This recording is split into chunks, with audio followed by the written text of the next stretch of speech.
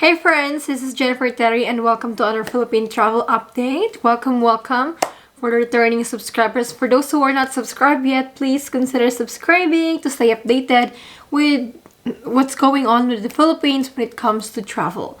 So in today's update, today is June 13. We'll talk about Cebu reopening. Cebu resumes international arrivals. We'll also talk about what protocol will be followed. We'll also talk about a senator who suggested a different protocol and who is keen to reopening, and the update on that small working group. Remember that small working group that is meant to study and formulate protocols for vaccinated travelers?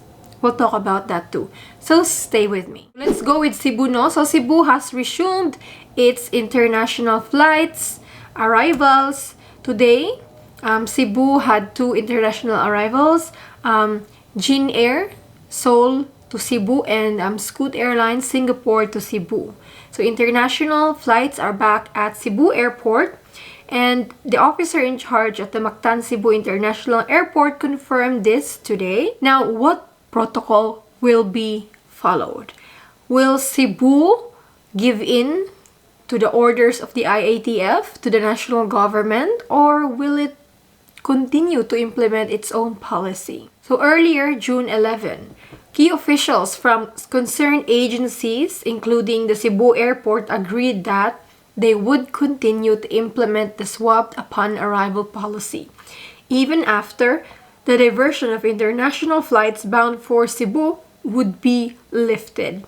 Yes, the Cebu government is standing firm in their policy.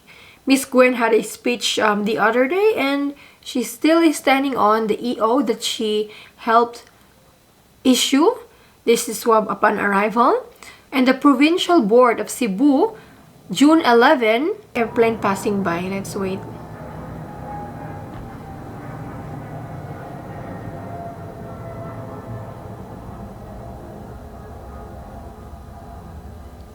Earlier, June 11, the Cebu Provincial Board amended their executive order.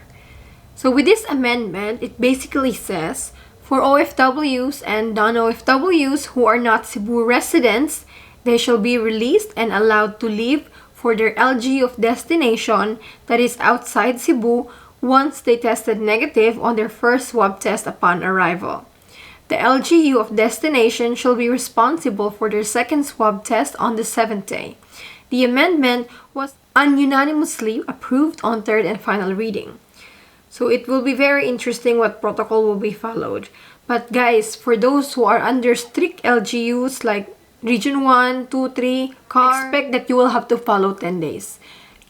Kung hindi ka tatanggapin ng LGU mo sa 2 to 3 days hotel quarantine lang, you have to follow 10 days. Yan po ever since pa ang yung rule. Kagaya nung namatay na OFW, condolence, na taga Nueva, ang LGU niya ay hindi tumanggap ng 2 to 3 days lang sa hotel, kaya nag 10 days siya.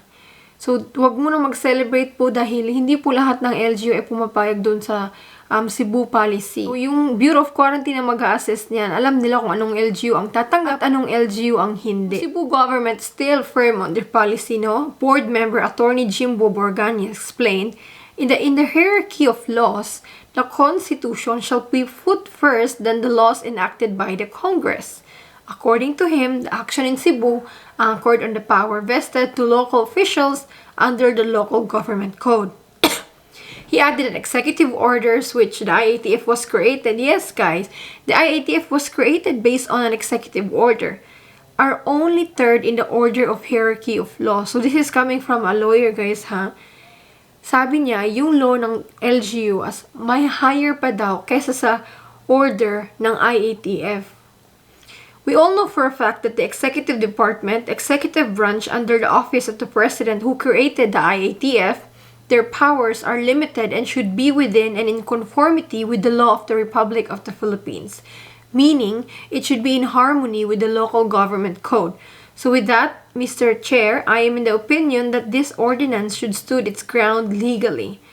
So what I like really about Cebu is that they're not just defiant. They're not defiant because they're following the law talaga. Itong IATF, ang not respecting the law. Gusto nila sila lang masunod. Moving on. So that's Cebu. They're still sticking on the rule. Moving forward, Senator Gordon recommended that the protocol for fully vaccinated travelers should be amended, but his recommendation is not swab test upon arrival. Because according to him, that is not recommended by health experts and not aligned with the national policy. So his recommendation is home quarantine, but testing is still on the 7th day and still 14 days quarantine. But in a broader sense, Senator Gordon suggests a gradual opening of bubble tourism sites to open the economy with proper protocols in place. Gordon even suggested to adopt the same policy for tourists and foreign visitors who have been fully vaccinated in their countries of origin, provided the vaccination can be verified officially in the country where it was administered. So Senator Gordon is in support of allowing foreign visitors who are fully vaccinated, but there is a need to verify their vaccination. Now, let's talk about that small working group that will study and formulate protocols for fully vaccinated travelers. So remember that the chairperson, there's 2 chairpersons in that working group, the DFA Secretary Teddy Boy Locsin and the Department of Tourism Secretary Bernadette Puyat.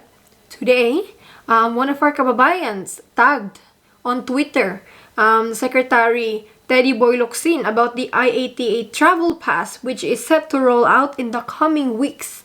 Yes, I88, for those who do not know, I88 is a global aviation initiative to encourage the opening of countries. It's a mobile app that helps travelers to store and manage their verified certifications like tests and vaccines. If you can remember earlier this year, the Secretary of Department of Tourism and the Bureau of Immigration supports the use of I88 Travel Pass. It's the closest thing we have of a COVID-19 passport. And if you can remember also, I think April, the Philippine Airlines ran a trial for I88 Travel Pass. And already 20 airlines are accepting and honoring the I88 Travel Pass, and Singapore became the first country to accept I88 Travel Pass, and more countries are to follow.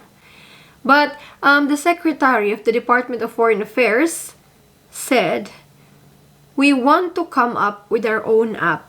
Don't ask me why." So does this mean that the Philippines will not be using the I88 Travel Pass and will instead make their own app? What do you guys think? Sorry, pero I don't have much confidence in our IT system in the Philippines. Like, look at that Trace app. We're not even using it anymore. Parang display app na lang.